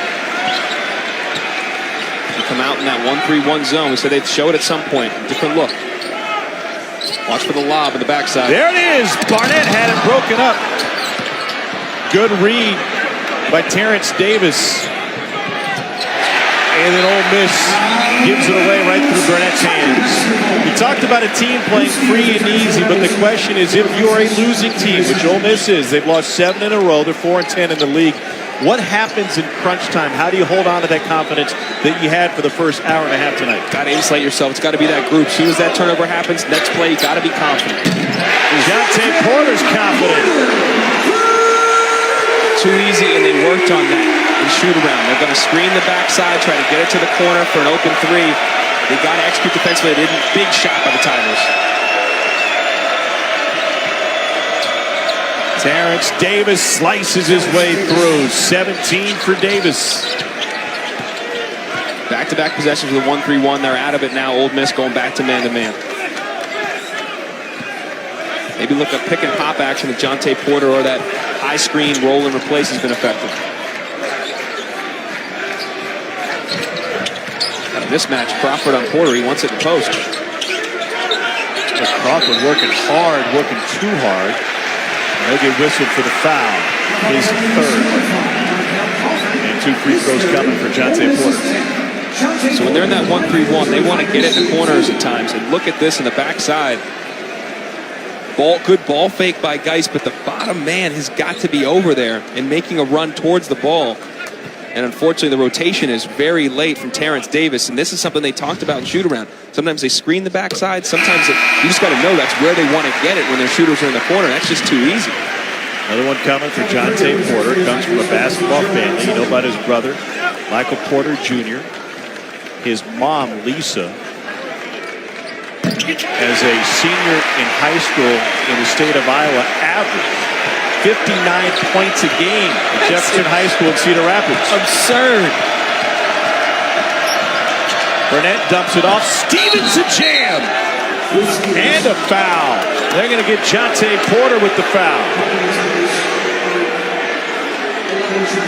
It's a big call from Mike Stevens on the outside. If he can make this free throw, this can cut it to a one-possession game. Every point is critical down here. High ball screen. Porter doesn't really slide over. There's no effect. Robertson's lifted up because he's the man on the backside. Number 3, he left the basket because his man's one pass away. But that's how they want to play ball screens. Kind of center field, soft hedge, whatever you want to call it. But when you do that, you're allowing the guard to get downhill at times.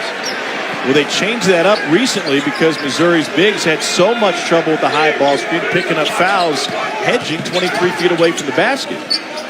I agree with the change, but you got to know you have to be some presence. Porter was just giving the ground the whole time there. That was an issue late against LSU. George Barnett goes baseline for the dunk.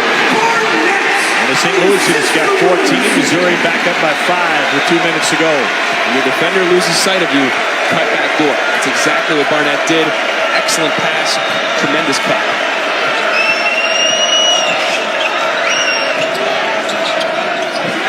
Davis had Stevens. Stevens couldn't find it. Ball you man. Got to know ball you man. You see a little bit of a screen. There's no switch, no communication. Lose sight of him. Dunk.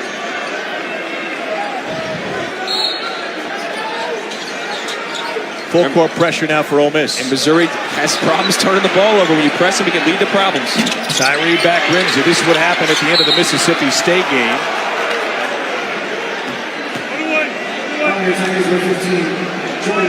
Jordan Geis with the foul.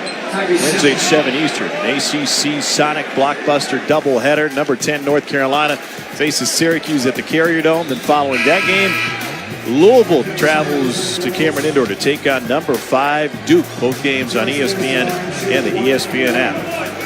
Tremendous night of hoops coming your way tomorrow. We got a good one here down the stretch, though. Terrence Davis at the free throw line. It all started with a steal. One more making the free throw line, and Ole Miss can keep the pressure on. Tigers coughed it up late. 2 Saturdays ago against Mississippi State. Bulldogs, by the way, the big win on the road at Texas A&M tonight.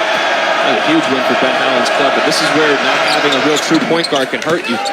Sometimes they get sped up, they'll struggle in pressure situations. You got to take care of the ball, be strong with the ball, meet the ball. Burrier will take it himself, pushes the Barnett. Tigers have made their last 4 field goal attempts.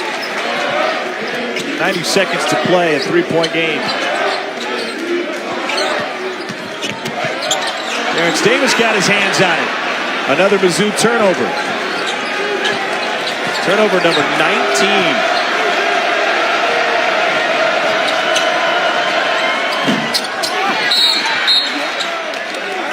The foul as Stevens was going in for the rebound. It's on Barnett. 1-1 now for Ole Miss. Stevens has made big-time plays, and that was, again, that trying to run that ball screen again for Tyree, which they're going to force him away from, so he has that one-on-one with the big. That time he settled for an early 3. I'd like to see him attack the big, go at him, but Stevens is there to clean it up on the glass and get to the foul line. Rebels 7 of 8 from the line tonight. Another one for Bruce Stevens, a junior from Lewin, Mississippi, by way of Jones County Community College, number 6 JUCO player coming out.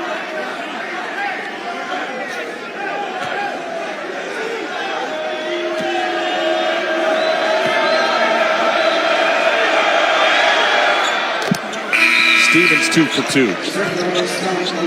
1-point game. Olenicek returns. I would keep the press on if I'm Sure. But it looks like they're pulling it back a little. Tyree's up there, but the rest of the guys are on the other side of the court.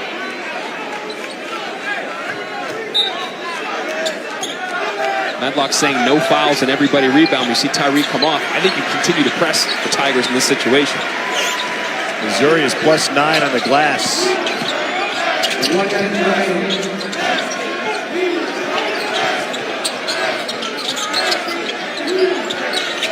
Missouri using clock.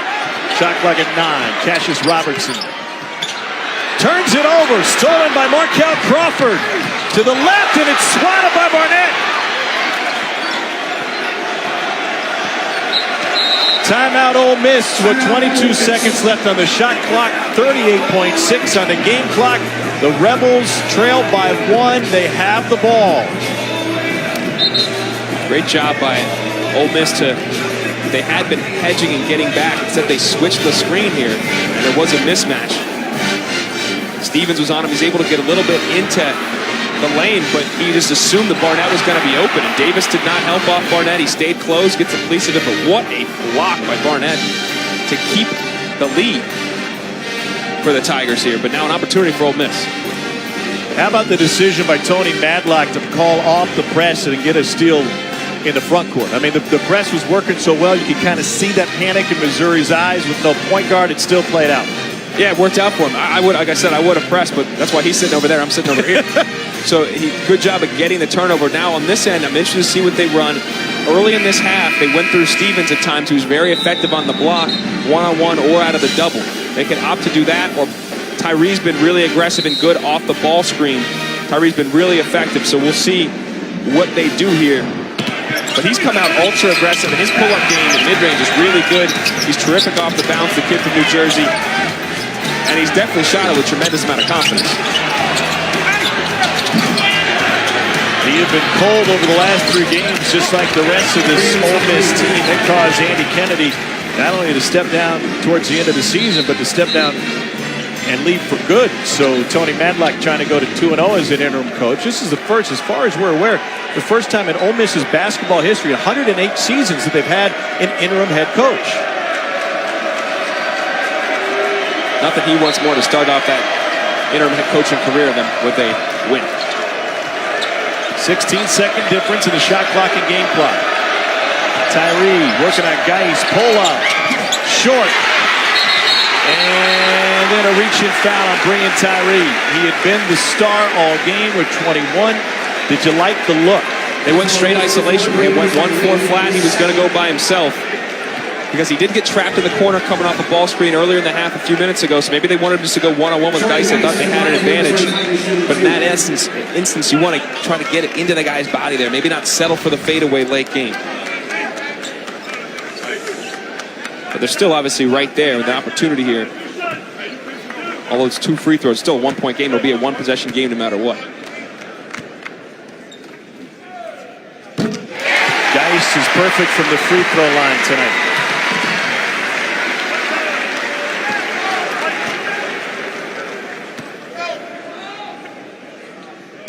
Knocks them both down.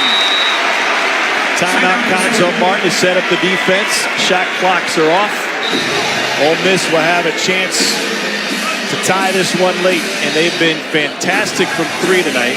They've hit 9 threes in this game. They came in averaging 8. So a big opportunity for the Rebels. They don't see what need Conzo Martin dials up. They don't need a 3 now, though. 29 seconds left. They've shot it well. If it's open and if it's available, absolutely want to take it. But that said, you want to find something going to the basket here. 29 seconds left. Force the issue. Try to get something at the rim.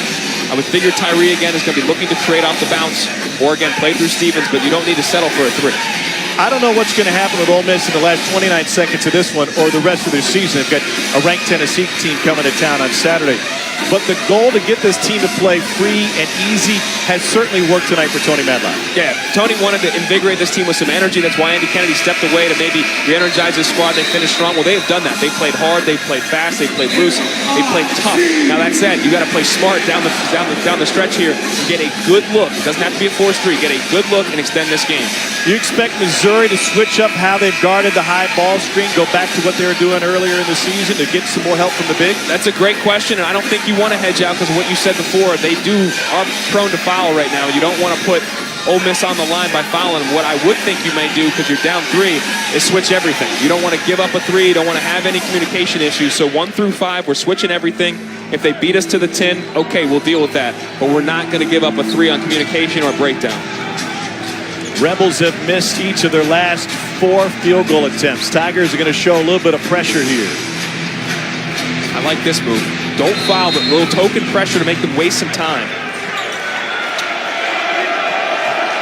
Brian Tyree has 21. Little dribble handoff. Burnett working on Jonte Porter. Tyree now. Stevens. They're down 3. Guys try to take the charge. Instead, he fouls him. And Bruce Stevens will go to the free throw line. Really love that call by Matlock. He thought they were going to switch. They did. They got the switch they wanted. They got Stevens in the post. We said they played through him. Now check out Geis. He just bails out. He starts to fall. He is not in position. He's not taking contact. He's trying to draw that charge. That is a great call by Pat Driscoll. Bruce Stevens 3 for 3 from the line tonight. And knocks down the front end of the 1-on-1. Now here, if they makes this or misses it, you want to press. Maybe you get a turnover right away in the first couple seconds. You don't want to let 7 or 8, 9 seconds go off, but a couple can where you try to get a turnover before you have to foul. But try to get a steal first. So Stevens has 13. It's a 1-point game. Geis will not inbound it. They're going to have somebody else do it. And it will be Geis. Last time Ole Miss pressed, Missouri threw it away. Into Puryear, back to Geis, 13, and a quick foul for Brian Tyree. And once they break out of that first trap opportunity, he had the middle of the court. That's good to foul then. I would have given a foul where I was trying to go for the ball. Maybe the ref doesn't foul it. That was a real, not intentional, but he was not trying to get a steal there. But Geis, in league play, has only shot at 68% from the line, so they're not the worst guy to put on there with the pressure on again. See if he can deliver. Missouri gave the game away at the line against LSU on Saturday, just 7 for 17. Geis misses the front end, or part of the first of 2. An old wise man once told me, foul shots win ball games, Tom. You've got to find a way to get those at the free throw stripe. Why didn't he bother teaching you about the butterfly effect at the same time? He was focused on these 94 feet. He was wasting his time. I understand.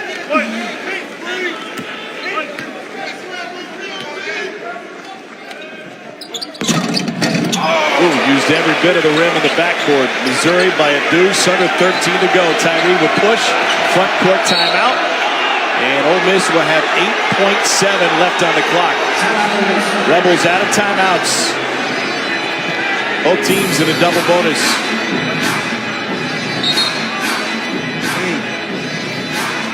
Now, if you're Tony Matlock here, you want to. You don't want to wait for the last shot. You want to try to get something up quick. You want to try to get maybe an offensive rebound here. So whatever you're drawing up on the sideline, you want to get a guy that's able to get into action quick. If it's going to catch and have it do a running ball screen, if you want to get a guy coming off at maybe some down screen action, looking to get it going to the basket right away. If you're Missouri, again, I think you switch everything. You put some height on the ball, so maybe you pressure that, maybe you get a deflection to get the clock going. You've got to communicate and talk things out here and rebound the ball. DeAndre Burnett's on the floor for Ole Miss. He's only 1 for 10 tonight. That one make was from deep. He is their leading scorer this season. He only has 3 points this evening. And he might be ice cold trying to warm up his hands. The low 3 he made was banked in. Ole Miss would take that. Tyree and Burnett, their number 2 options. Tyree. Floater, good! And we're tied at 84. Geis into Cassius Robertson across midcourt for the win! Oh, it was halfway home, and we've got 3 hoops tonight at Como. We had a perfect angle of that, and I put my hand down. I thought it was money when he let it go. Rattles out, but what a drive by Tyree. Composed, control, he went through a little bit of contact, but went straight up and down and finished. 84-84. Great finish. And now you see Barnett up top. He kind of helped and then got back because he could not stay. Can't give up a kick 3. Missouri was that close to a walk-off. Instead, overtime.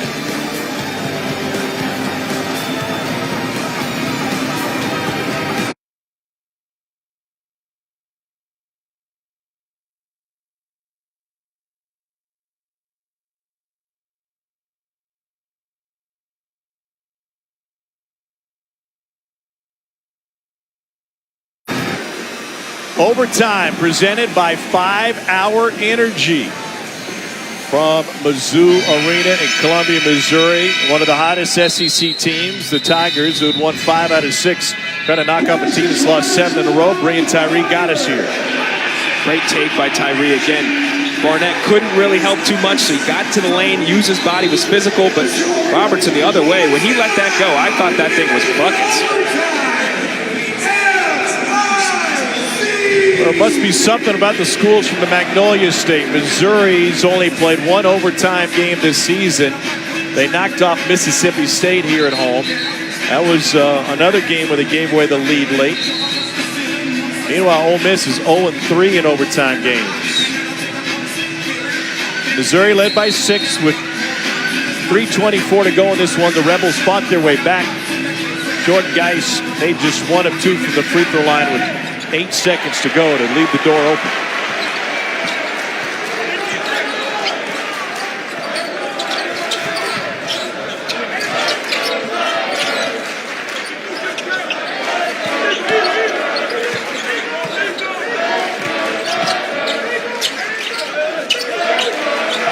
Give him a touch.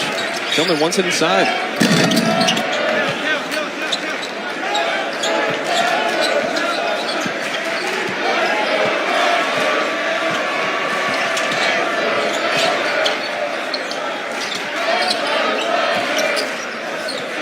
Barnett jumped into the passing lane and gets fouled by Marquand Simon.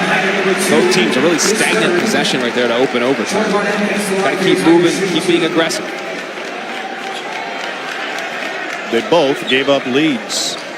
Ole Miss led by 13 with 5:45 to go in the first half. Now Jordan Barnett to the free throw line, 90% of the season.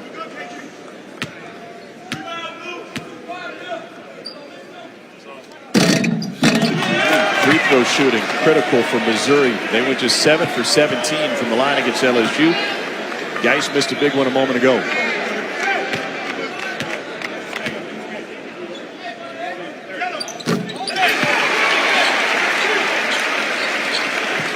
I'd like to see them play through Stevens again. They had some success with that early in this half. Number 12 in blue. Bringing Tyree for 3. Terrence Davis. Follow jam by Hyman. Came out of nowhere. Dude's got bounce.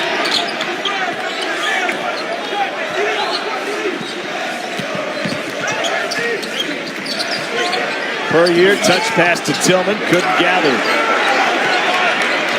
20th turnover for the Tigers.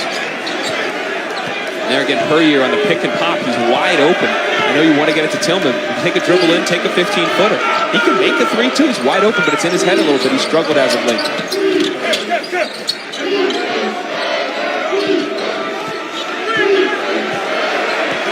Shot clock at 7. Tyree's got 23. Gets past Barnett.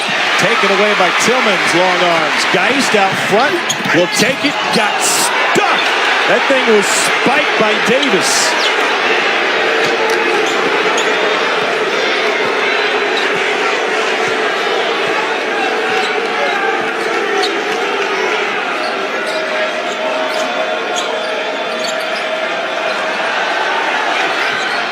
Missouri really extending the defense. Shot clock at 7. Tyree's not afraid. On Geist.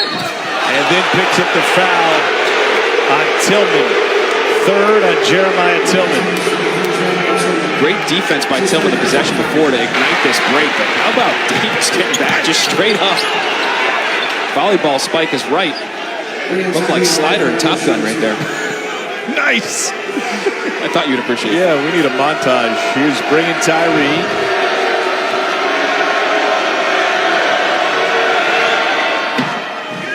He's tied his career high with 24. He first set it against Mississippi State, where he hit 20 in the second half in overtime combined.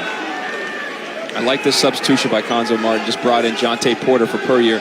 If they run that pick and pop, Porter's been wide open. He made a 3 off it. He's made a great post feed when they ran and got messed up on their rotations. If he's the guy in the pick and pop, he can be deadly because he's shooting a 3 for the confidence right now.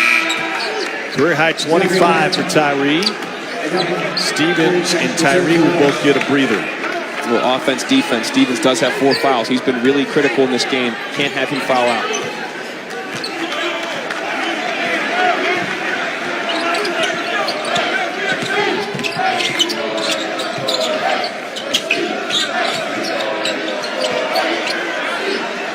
Tillman back out to Cassius Roberts.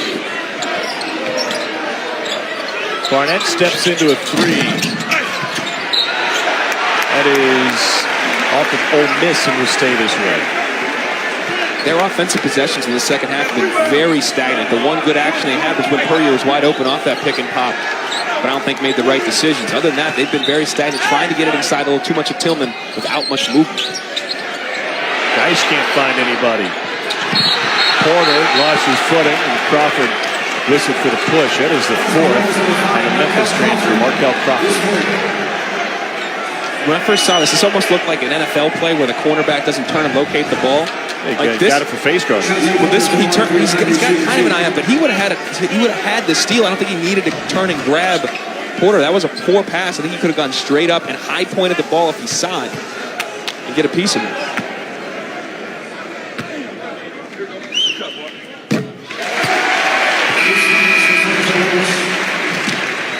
The skill level of both the Porter brothers, and as we talked about, their mother and father, tremendous players and teachers of the game, is just off the charts for guys that are 6'10", 6'11". Michael Porter Jr., intense workout today. His dad, Michael Porter Sr., on Conzo Martin's staff, he played at the University of New Orleans, had originally committed to Wake Forest before they had a coaching change.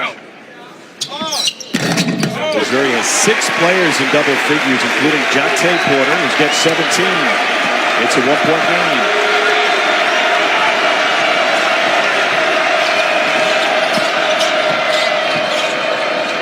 Jonte Porter with the steal on the floor. Numbers for Mizzou, 4-on-1. And then Tillman gets fouled by Davis, who cannot believe it.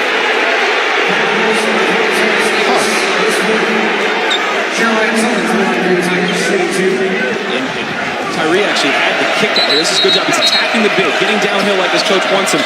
But then he had the first kick out to Crawford. He waited, took one more dribble. Porter's able to get his hands on it. And they're just too tight. Look how close Barnett and Tillman are. They're both standing on the lane line. They got to get a little bit wider and come a little more spacing. Tillman was grabbing at his hamstring at the end of that one. He was under the weather in the LSU game, had a terrible game. Only 1 point in 22 minutes in Baton Rouge. And if he doesn't have his legs because the hamstring over, Sloan leaving them both short. Gets his hands on the rebound, and we've got a travel as Tillman must have had control as he went to the floor. I don't know how he could have had control because Brian Tyree had it in his hands.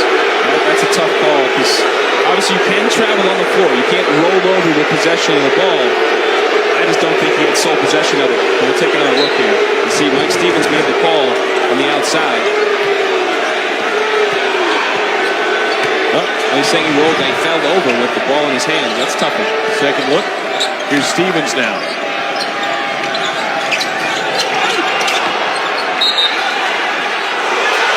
The same went off of Tillman and then off the standard. And Cassius Robertson trying to be a leader and calm him down. Officials will get together and see if it was blocked or not. And Hanzo just is calmly saying, can we look at the monitor? I think he's going to have a case here. We'll take another look, but Stevens really forced the issue there. Well defended, straight up and down. I love this coaching. Assistant coaches coming out trying to talk to Stevens about what to do on that possession. Including Todd Abernathy. So our officiating crew will put the headset on. Official review here, led by Don Daly, who's on the headphones. Collaborative review in the SEC, meaning the folks back at the video center in Birmingham. Extra set of eyes or 3 on this play. Did it go off Tillman's hand before it went off the standard? Tough to judge on that replay. Yeah.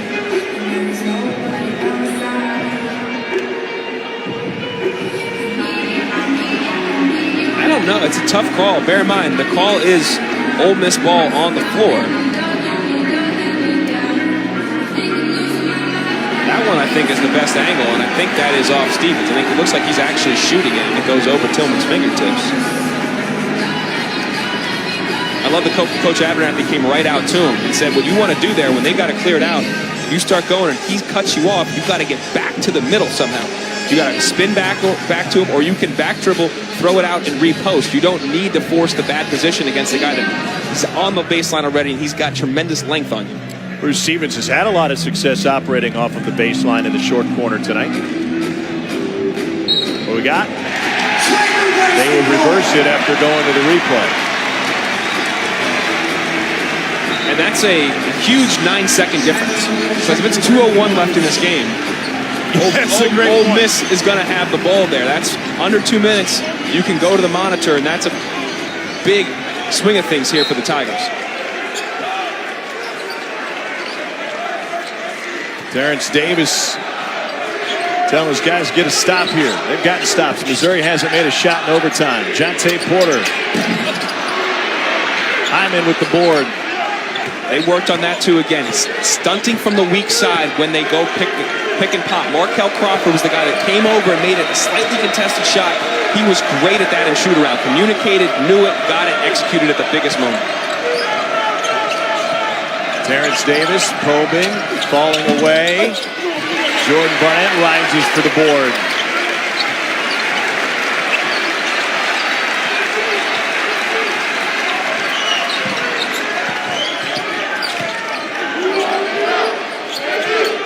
They missed the window on Tillman, who was wide open for a second. He really was, and he had Hyman with some separation on him. 10 seconds on the shot clock. Now 5. Geist with Ole Miss above him for 3. Tillman, nope. Follow, nope. And again, and a foul on the putback will put Jonte Porter at the free throw line. Well, what Tony Madlock did there, they went to switching a lot of the ball, switching the screening action to mitigate some of the opportunities you may have coming off the ball screen to throw back again, to pick and pop, to throw back to that big. But you've got to finish the possession by boxing out. That was the 4th on Marcampus Hyman, so Bruce Stevens will re-enter along with DeAndre Burnett. I need to say it again. Foul shots win ball games.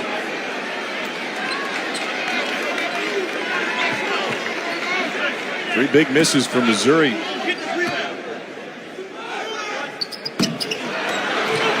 Make it 4 big misses.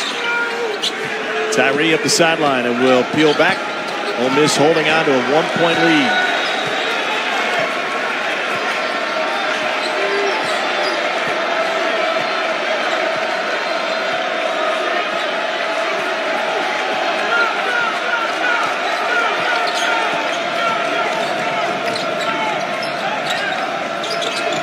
Shot clock at 5. Burnett cut off by Porter. Shot clock at 2. And Ole Miss turns it over.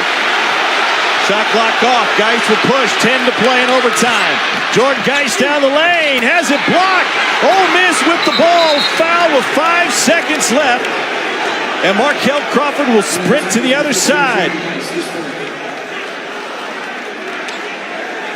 I like that by Conzo Martin actually not calling a timeout there. There was chaos. Ole Miss was not matched up. Now the right play here is the kick to the corner, and Barnett is wide open. You see the whole defense collapse on you. You've got time. It's easy to say it for me sitting here, but that's what Conzo's talking to him. A jump stop, even a shot fake to get into somebody, but you're not going to get straight up over 3 dudes.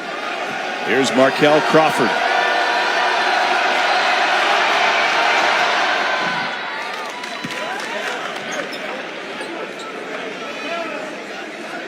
Five seconds left on the clock for Missouri. Ole Miss will pull 3 off the lane.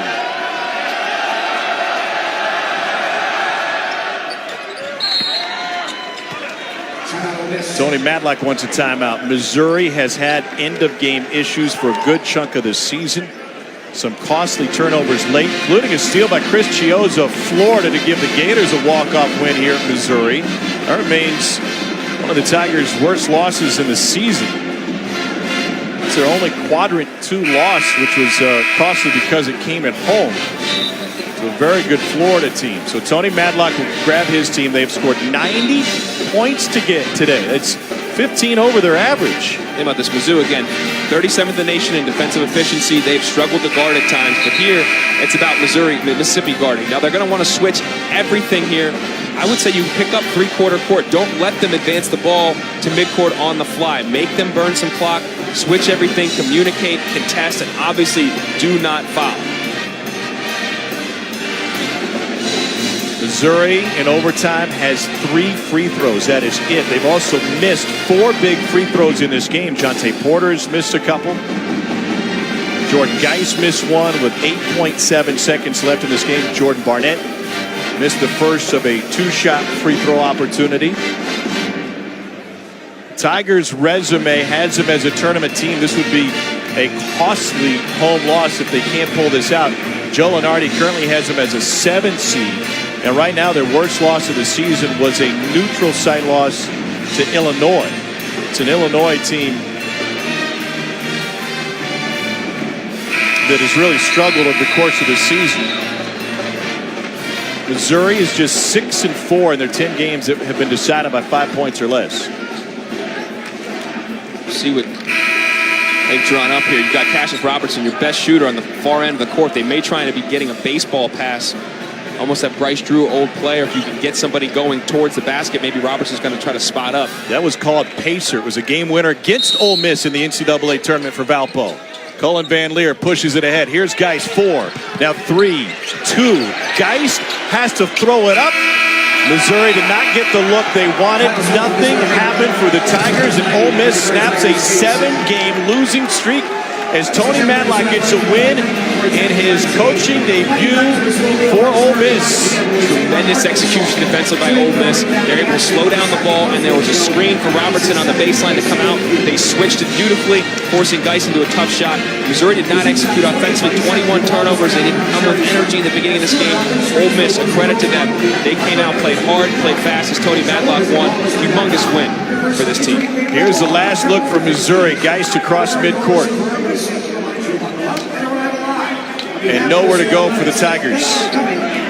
You see what it means to these guys. You lose 7 straight to get a win like this on the road. Enjoy that trip home, fellas. You earned it. They played fast, they played loose, and they played winning basketball. Once again, our final, Ole Miss 90, Missouri 87. Coming up next, it's college basketball live. Whew, this was a fun one. For Dallin Cuff, our entire crew, I'm Tom Hart. So long from Como.